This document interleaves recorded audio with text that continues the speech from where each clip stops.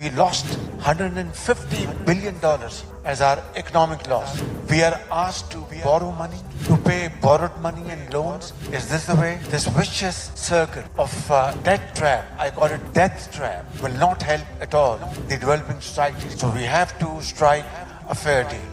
जंग में 80,000 पाकिस्तानियों ने जानों का नजराना दिया। पाकिस्तान को दहशतगर्दी के में 150 अरब डॉलर का नुकसान हुआ। इन तमाम मामलात में पाकिस्तान का कोई कसूर या कोई जिम्मेदारी नहीं, लेकिन हम कर्ज की अदायगी के लिए मौशी मदद मांगने पर मजबूर हैं। ये एक सवालिया निशान है। हमारी जो सोच है वो या तो ये है कि हमारे कर्जे माफ करो, या ये है कि हमारे पास फ्लड्स आ गए पैसे दे दो, या ये है कि एनवायरनमेंट, क्योंकि दुनिया के लिए एक नया मसला है, तो एनवायरनमेंट करके उन्होंने को पैसे कटा लो। शहबाज शरीफ ने यूनाइटेड नेशन में क्या कहा, ये भी ज़रूरी है, क्योंकि मैंने मोदी साहब की बात की तो शहबाज शरीफ की क्यों ना करूं। उन्होंने कहा कि हम जो नहीं गज़ा के अंदर जो मुसलमानों पे जो जुल्म हो रहे हैं ना, दुनिया को उसकी तरफ मुतवज्जो कराने आए हैं। ये नैरेटिव है हमारे पास, मतलब कोई प्लान नहीं है, कोई बायलैटरल टॉक नहीं है, कोई स्ट्रेटेजिक पार्टनरशिप हमारे पास नहीं है, कोई भी चीज़ नहीं है, और वो भी पर्ची पे पढ़ के हम डॉलर है कहने तुसी पोल्यूशन डॉलर दो ना, ये एक बात करेंगे। मौसमियाती तब्दीलियां पसंद करें, मौसमियाती तब्दीलियां पैसे दो, डॉलर दो, नहीं तो नेवल बेस दे देंगे ਅਸੀਂ ਚਾਈਨਾ ਨੂੰ। ਸਾਨੂੰ ਪੈਸੇ ਦਿਓ ਨਾ। ਲੰਡਨ ਚ ਕਹਿੰਦੇ ਬੱਚਿਆਂ ਨੇ ਹਾਏ ਕਹਿੰਦੇ ਬੱਚਿਆਂ ਦੀਆਂ ਸਿਰਫ 300 ਪ੍ਰਾਪਰਟੀਆਂ ਨੇ, ਕਦੀ 400 ਹੋ ਜਾਣ ਤੇ ਕੀ ਗੱਲ।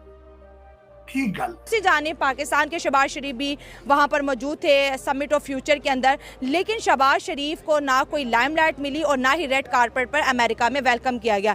इंडिया जहां पर भी जाता है बहुत सी तारीफें बटोरता है और बहुत सी रिस्पेक्ट समेट के अपने मुल्क वापस आ जाता है, लेकिन पाकिस्तान का क्या। और दूसरी जानिब आज हम बात करेंगे तैयब उर्तुगान की कि उन्होंने आज। जय हिंद दोस्तों, गरीब किसान चैनल में स्वागत है। दोस्तों आप लोगों को मालूम किस तरीके से पाकिस्तान अपनी खुद ही बेइज्जती करवा रहा है, जिस तरीके से पाकिस्तान के प्रधानमंत्री कर रहे हैं। पाकिस्तान के पीएम को जो है यूएन के अंदर उनकी बेइज्जती हुई, जिस तरीके से उनको जो है पर्ची में देख देख के बोलने की स्पीच है वो भारी पड़ते नज़र आ रही है। वही बात करेंगे, पाकिस्तान के लोगों ने जो है पाकिस्तान के पीएम का इज्जत करना छोड़ दिया है। लोगों ने कहा कि वो चोरी करके प्रधानमंत्री बना हुआ है, उसका हम लोग क्या इज्जत करें।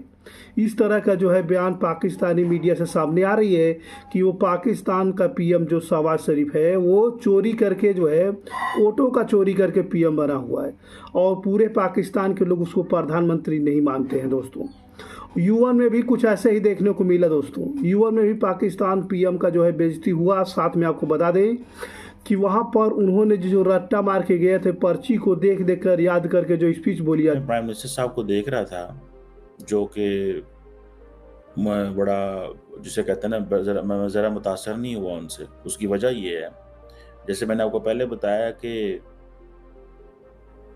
तुर्की के सदर की तारीफें कर रहे हैं, जबकि उसने आपके कोर फंडामेंटल इशू को डिस्कस ही नहीं किया हुआ, उसने नेग्लेक्ट कर दिया, और आप कह रहे हैं वाह वाह मज़ा आ गया सर।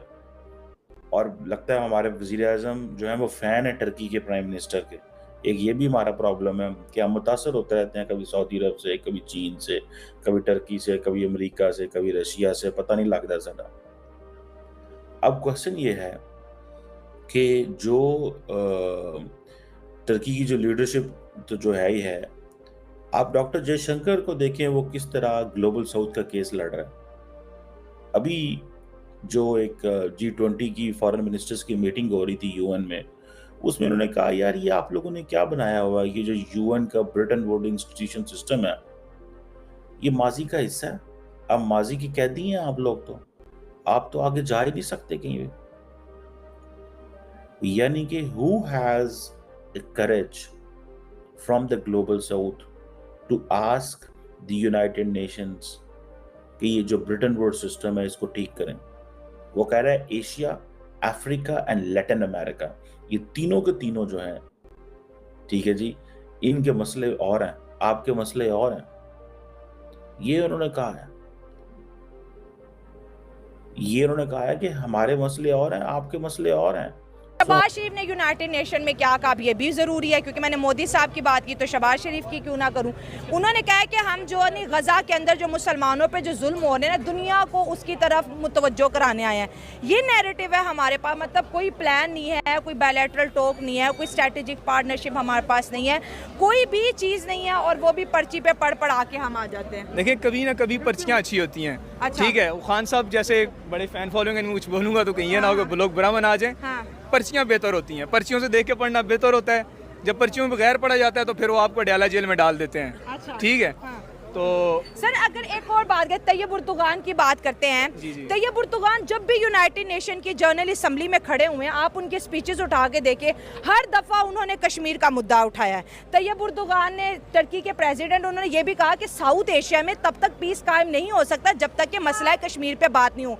लेकिन आज अगर बात करें, तैयब उर्दुगान ने लफ्ज़ कश्मीर को अपने पूरे स्पीच से माइनस कर दी। ये भी दुनिया को धचका लगा हुआ है कि असल में इंडिया को सपोर्ट कर रहा है टर्की, क्योंकि असल वो में- खुद ब्रिक्स में जाना चाहता है। असल में मसला ये है कि तैयब उर्दुगान जिसलिए मतलब थोड़े मोटिवेटेड थे, वो ये था कि वो मतलब OIC में आके मुस्लिम उम्मा को थोड़ा लीडरशिप की वो ख्वाहिशमंद है कि मुझे लीडरशिप मिल जाए। इसलिए वो बार बार कश्मीर क्योंकि OIC का जो मेन मोटिव है हाँ, वो वो मसला कश्मीर कश्मीर है। है, ठीक ठीक है। है, अब तो सब चुप हो गए हैं। उस पर बात करके वो हाँ। कश्मीर मतलब OIC की लीडरशिप लेना चाहते थे। हाँ। लेकिन अब चुप इसलिए हैं क्योंकि अब उसमें जो वो NATO के मेंबर हैं। हाँ। आपको पता है कि मतलब हमारे पास जो तुर्की है वो NATO का मेंबर है अपनी जोग्राफिक इंपॉर्टेंस की वजह से। तो वो NATO का मेंबर है तो क्योंकि वक्त आ चुका है, मैनू डॉलर वखा मेरा मूड बने, क्योंकि सारे लोग यहाँ आ रहे हैं अमेरिका के। एक तो ट्रिप सक्सेसफुल होगा, लोग पहले मिलना नहीं चाहते, लोग मिलेंगे भी कि यार कहीं की बेस दे ही ना दे, कहीं बन ही ना जाए यार नेवल बेस वहां पे। लेकिन देखें किस खूबसूरती के साथ आप दुनिया को ब्लैकमेल करते हैं। आफरीन है आपके ऊपर, आपके वहां पे डिग्रियां होनी चाहिए, PhD फ्राडस्तान आपको होनी चाहिए वहां पे। लेकिन चीमा साहब दुख के साथ कि आपने फिर एक ड्रामा किया है कि नेवल बेस, हालांकि वो ग्वादर सी पोर्ट जो है नाकाम तरीन सी पोर्ट है, चाइना वाले पछता रहे हैं। पिछले साल सिर्फ 22 जहाज या 21 जहाज वहां पे लंगर अंदाज हुए थे। ये हालात है। बलूचिस्तान के अंदर 10 जिलों के अंदर शूटिंग ओपन चल रही है, वहां पे दहशतगर्दी हो रही है। इन सर्कमस्टांसेस में चाइना वहां पे आके पकौड़े तलेगा आगे गोलियों से। चीमा साहब, दूसरा मैं दुख के साथ कहूंगा, हालांकि मेरे जो शरीफ है, जो कि है ही शरीफ और जो वजीर आजम है, पाकिस्तान के लोगों का कहना है कि पाकिस्तान के प्रधानमंत्री शहबाज शरीफ जो है वो चोरी करके जो है वो प्रधानमंत्री बने हुए हैं। हम लोगों ने जो है उनको प्रधानमंत्री नहीं चुना है दोस्तों।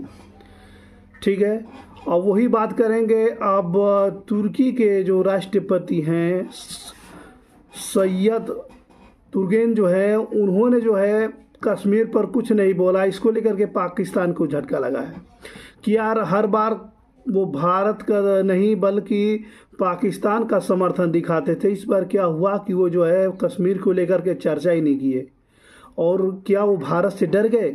इस तरह पाकिस्तानियों का कहना है कि भारत से वो डर गए। वो जो है ब्रिक्स में वो भी सदस्यता पाने के चक्कर में जो है वो भारत से अब उलझना नहीं चाहते। वो जानते हैं कि अब हम जिस तरीके से पाकिस्तान ब्रिक्स का सदस्यता नहीं ले पा रहा है, भारत से नहीं बन रहा है, तो अगर हम भी कश्मीर का मुद्दा छेड़ेंगे तो हमें भी जो है ब्रिक्स में सदस्यता नहीं मिलेगी। ये तुर्की के राष्ट्रपति को डर सता रहा है, इसलिए भारत से दुश्मनी महंगी पड़ जाएगी। कश्मीर से उन्होंने बोलना ही बंद कर दिया। इसको लेकर के पूरे पाकिस्तान में चर्चे का विषय बना हुआ है दोस्तों कि किस तरीके से हर बार सपोर्ट करते थे, सोचते थे कि हमारा बहुत ही बड़ा आगे जो है हमारे वो कंधे पर कंधे मिलाकर चलने वाला जो है तुर्की अब भारत को जो है कश्मीर हमसे लेकर दे देगा। ये लोग ऐसे उड़ रहे थे, लेकिन उड़ना इन लोगों का बहुत ही महंगा पड़ गया। और UN में जो है पाकिस्तान के प्रधानमंत्री को जो है चोरों वाली पदवी देख करके लोग जो है वहाँ से जो है थितकारना चालू कर दिए हैं दोस्तों।